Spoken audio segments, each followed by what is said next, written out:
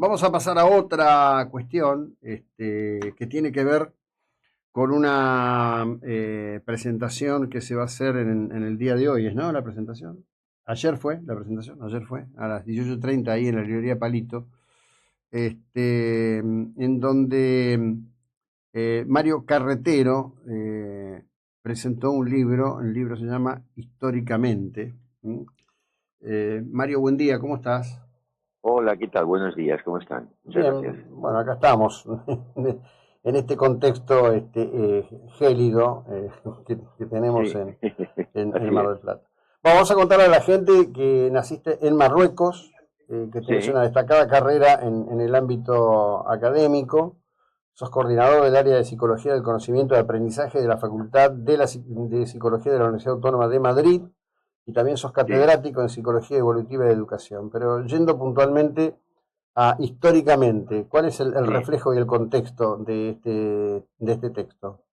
Bueno, es un libro que intenta exponer las maneras mejores, digamos, de enseñar la historia. Es decir, por eso un poco el título de jugar con con la idea de mente, de históricamente, ¿no?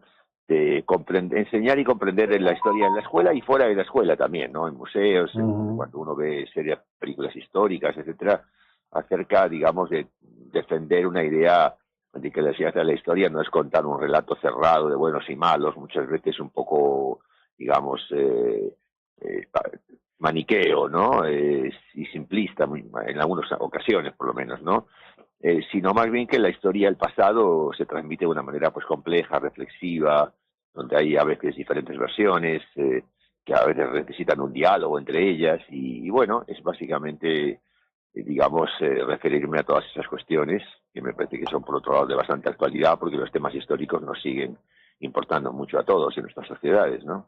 Sí, por supuesto que sí. Bueno, en este caso estás conversando con una persona que es un apasionado de la Bueno, me historia, alegro. este, que es, me parece a mí imprescindible comprenderla para poder entender dónde estamos y entender un poco Claro, de así hacia, es. hacia dónde podríamos llegar a ir, ¿no?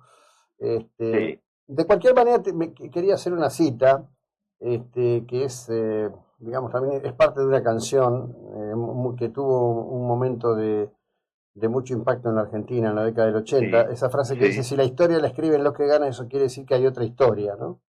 Este, Bueno, sí, sí, sí, sí, es una frase, digamos, sí, es una frase que tiene también mucho eco precisamente en este campo. Yo una de las ideas que sostengo en el libro es que la historia muchas veces ha olvidado a grupos invisibilizados, ¿no? ujú, Eso lo estamos viendo hoy día, por ejemplo, hay una gran, y de hecho hay una gran renovación en el propio campo, digamos, de la investigación histórica, para recuperar, por ejemplo, pues el papel de las minorías, el papel de los grupos marginados, el papel de las mujeres, por ejemplo, que no son un grupo pequeño precisamente de ujú, la población, ¿no? sí. Y muchas veces todas esas renovaciones en el propio campo investigador muchas veces no llegan al aula o no llegan al público en general, ¿no? Y me parece Mm. importante que lleguen, ¿no? Sí, sí, por supuesto. Bueno, una construcción lo más acabada posible, por supuesto que debiera jugar a ese criterio. Básicamente, intentás reflejar esa contradicción. Sí, sí, y sobre todo intento reflejar, digamos, la importancia que tiene entender el pasado para, como tú estabas Ujú, diciendo, ujú, entender de una forma más compleja el presente. Voy a poner un ejemplo. Estos días, con una celebración de en Europa, por ejemplo, de las marchas de orgullo gay, ujú, surge enseguida mucha discusión ¿no? Ha habido, por ejemplo, intentos en algunos países, como en Hungría, de prohibir esa marcha, ujú, ¿no? Y bueno, entonces todo ese debate es como si la homosexualidad o la bisexualidad fuera algo nuevo y fuera algo tremendamente transgresor y algo, digamos, realidad que debe prohibirse. Bueno, el conocimiento del pasado nos muestra que eso no es así. En el mundo griego, por ejemplo, clásico, en el mundo griego clásico, o sea, estamos hablando de civilizaciones que han durado cientos o miles de años, mm, la homosexualidad era una actividad, digamos, era una tendencia permitida, y no solo permitida, sino comprendida. ujú. Entonces, en realidad es más bien la ola de un comportamiento más conservador en ese sentido, incluso más puritano, viene después más bien en el siglo XIX, incluso a finales de los 50, ¿no? en el propio siglo XX, en los años 20 fueron los que se llamaron años felices, ¿no? Que había un comportamiento de una gran, digamos, libertad sexual, ¿no? Entonces, es decir, en definitiva, la propia investigación histórica nos muestra que las orientaciones de carácter sexual es una cosa que está muy vinculada al desarrollo de la propia cultura y a los cambios culturales, ¿no?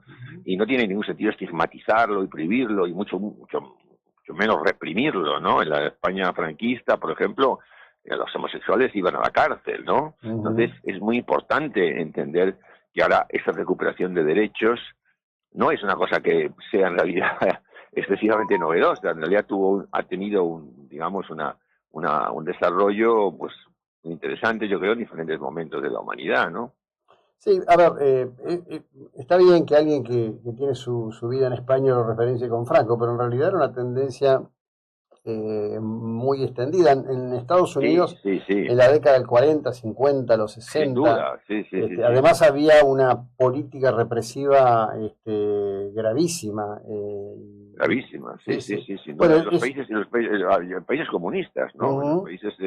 Los países comunistas que, digamos, estaban, digamos, defendiendo supuestamente una idea de progreso y de avance en derechos sociales, estas tendencias fueron duramente reprimidas, ¿no? Sí, claro. Bueno, en la Rusia de Putin de hoy. Claro, bueno, exactamente, en la Rusia de Putin de hoy, y tenemos toda una ola actualmente de líderes políticos que están, en definitiva, defendiendo actitudes tremendamente misóginas, ¿no? Y tremendamente, digamos, de condena de comportamientos, digamos, diferentes a otros, ¿no? Entonces, bueno, en definitiva, independientemente de la posición que cada uno tenga sobre estas cuestiones, lo que sí yo un poco defiendo en el libro es que es muy importante conocer la trayectoria histórica de muchas de estas expresiones de los grupos humanos, porque ahí es donde se entiende un poco su relación con los cambios culturales y su relación con el desarrollo de las sociedades y no criminalizar o estigmatizar, ¿no? Sí, claro, evidentemente, pero bueno, la estigmatización y la criminalización también son un método de control, ¿no? Sí, exactamente. Hoy vemos como, por ejemplo, se está dando un proceso de deshumanización de otros grupos sociales, por ejemplo, de los inmigrantes, ¿no? Es decir, los inmigrantes están siendo vistos, por ejemplo, en estos momentos en Estados Unidos de Trump como criminales prácticamente. Es decir, ser un inmigrante, esas personas son tratadas como criminales. Bueno, esa deshumanización de grupos, bueno, es verdad que tuvimos, por ejemplo, con respecto a los judíos en el siglo XX, ¿no? En el Holocausto, ¿no? Es decir, en realidad el Holocausto no surge de la nada, ¿no? Es lo que yo un poco trato de mostrar en el libro, que los fenómenos históricos muchas veces, incluso cuando llegan a la gravedad, como el Holocausto, no es algo que se produzca sin más, sino que tiene un proceso, ¿no?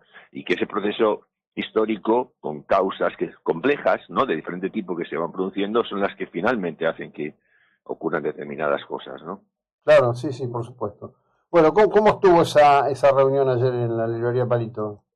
Y la verdad que estuvo muy linda, muy activa, con bastante participación de alumnos, de profesores de la universidad y luego también incluso de personas interesadas en general. Hubo algunas preguntas, por ejemplo, de personas que decían que estaban pasando por la librería en ese momento y que les parecía interesante la charla y se quedaron. Así que fue realmente muy agradable, muy simpático y bueno, ahí en el Instagram de la librería Palito hay varios registros de los debates de ayer y estuvo realmente muy lindo, muy activo. Me alegro mucho. Mario, gracias por estos 2 minutos. Pese al clima, buena estadía en Mar del Plata, muy amable. Muchas gracias, muy amable. Hasta luego. Este es Mario Carretero, nacido en Marruecos, español, autor de este libro, históricamente, de